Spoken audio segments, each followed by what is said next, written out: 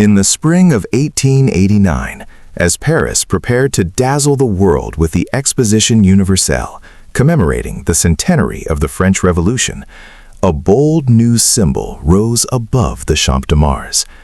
The Eiffel Tower, today an instantly recognizable icon of romance, engineering, and human ambition, was born not from artistic inspiration alone, but from fierce competition, meticulous calculation, and a vision of modernity. What began as a temporary monument destined for the scrap heap would endure through wars, controversies, and scientific breakthroughs to become the most visited paid monument on Earth.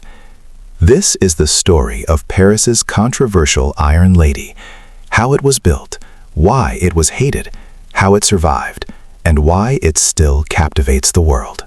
The seeds of the Eiffel Tower were planted in 1884 when the French government announced plans for a grand international exposition to showcase industrial progress and celebrate a century since the storming of the Bastille. A competition was launched for a monumental centerpiece, something tall, innovative, and unmistakably French. More than 107 designs flooded in, from massive guillotines to colossal fountains, but one stood out for its audacity. The winning proposal came from Gustave Eiffel, a renowned bridge engineer whose company specialized in wrought iron structures. The core idea originated with his chief engineers, Maurice Parcelin and Émile Nouquier, who in June 1884 sketched a tall lattice pylon capable of reaching 300 meters. Architect Stephen Salvestre refined it with elegant arches at the base to make it more aesthetically pleasing, softening the stark industrial lines. Gustave Eiffel himself was no stranger to ambitious projects. Born at 1832 in Dijon, he had built his reputation on precision metalwork, the iron framework for the Statue of Liberty's interior, viaducts across treacherous rivers like the Douro in Portugal and the Garabit in France. He saw the tower not just as a fairground attraction, but as proof that engineering could achieve beauty through science. The contract was signed in 1887. Eiffel personally invested heavily, covering much of the 7.8 million franc cost. The government contributed only 1.5 million. In return, he received rights to exploit the tower commercially for 20 years. Construction began on January 26, 1887, with the digging of massive foundations on the Champ de Mars near the Seine. The east and south legs rested on simple concrete slabs, but the west and north, closer to the river, required deep compressed air caissons driven 22 meters into the ground to combat flooding risks. Workers in these air chambers labored under high pressure, a dangerous but innovative technique. By July 1, 1887, the pillars began rising. Prefabricated wrought iron pieces, 18,038 in total, weighing 7,300 tons, were riveted together on site by a workforce peaking at around 300 men. Remarkably, only one fatality occurred during the entire build, a testament to Eiffel's safety focus. The assembly was a marvel of precision. Pieces were hoisted by steam-powered cranes and fitted with 2.5 million rivets, heated red-hot and hammered into place.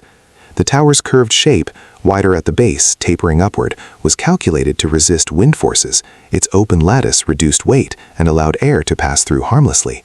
The first floor was completed by April 1, 1888, the second by August 14th, and on March 31, 1889, Gustave Eiffel led dignitaries up 1,710 steps to plant the French tricolor at the summit. At 300 meters, 984 feet, it was the tallest man-made structure in the world, a record held until the Chrysler Building in 1930. Yet triumph came amid outrage. Even before completion, intellectuals launched a blistering attack. In February 1887, a petition in Le Temps, signed by luminaries like novelist Guy de Maupassant, poet Alexandre Dumas Fils, composer Charles Gounod, and architect Charles Garnier, branded the tower a useless and monstrous eyesore, a gigantic black smokestack that would ruin Paris's skyline and insult French artistic heritage. They called it a Tower of Babel, an industrial abomination unfit for the City of Light. Maupassant, in particular, loathed it so intensely that he later dined daily beneath it because, he quipped, it was the only place in Paris where he didn't have to look at it. Eiffel defended his creation passionately. In interviews and writings, he argued that its form followed function, The mathematically precise curves distributed stress perfectly, embodying harmony in strength. The colossal has its own beauty, he insisted. But public opinion was divided. When the exposition opened on May 15, 1889, over 2 million visitors ascended the tower via stairs or hydraulic elevators, marveling at the views stretching to 70 kilometers on clear days. The structure paid for itself quickly through ticket sales and concessions. Still, the tower's fate hung in the balance. The original permit allowed only 20 years. By 1909, it was to be dismantled. Eiffel refused to let his masterpiece vanish.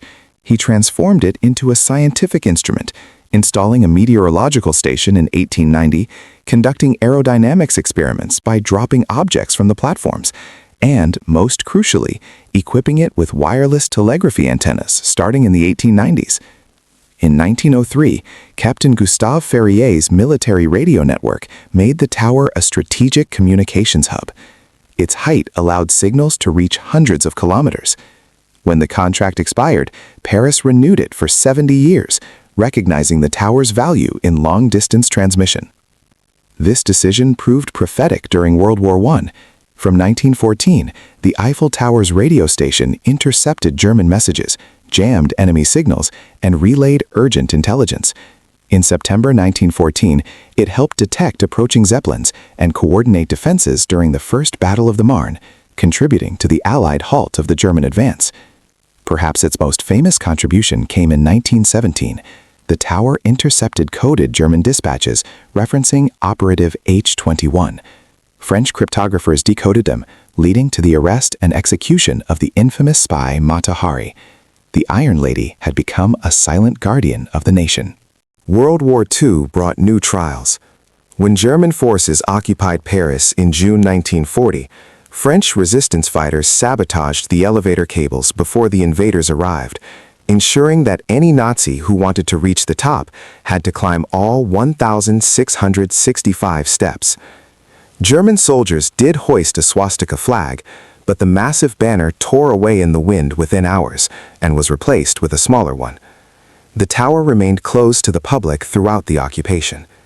Adolf Hitler visited Paris in June 1940 and posed for photos at its base, but famously never ascended, perhaps because the elevators stayed broken, or perhaps out of symbolic disdain. As Allied forces neared in August 1944, Hitler ordered the destruction of Paris's landmarks, including the Eiffel Tower. General Dietrich von Choltitz defied the Führer, refusing to carry out the demolition. On Liberation Day, August 25, 1944, French firefighters climbed the structure to replace the swastika with the tricolor once more. Post-war, the tower embraced modernity. It hosted early television experiments, weather studies, and even a private apartment at the summit where Gustave Eiffel entertained guests like Thomas Edison. The structure expands up to 15 centimeters in summer heat due to thermal expansion and contracts in winter. Every 7 years, it receives a full repaint, about 60 tons of special Eiffel Tower brown, applied by hand over 18 months to protect against rust. The current shade, finalized in the 1960s, features graduated tones, darkest at the base, lightest at the top, to blend with the Parisian sky. The nightly spectacle began evolving in the 20th century. Gas lamps illuminated it during the 1889 fair. By 1925, modern electric lighting appeared for expositions. Today, 20,000 golden LED bulbs create a warm glow, with a sparkling 5-minute show every hour after dusk, courtesy of 336 projectors and synchronized twinkling.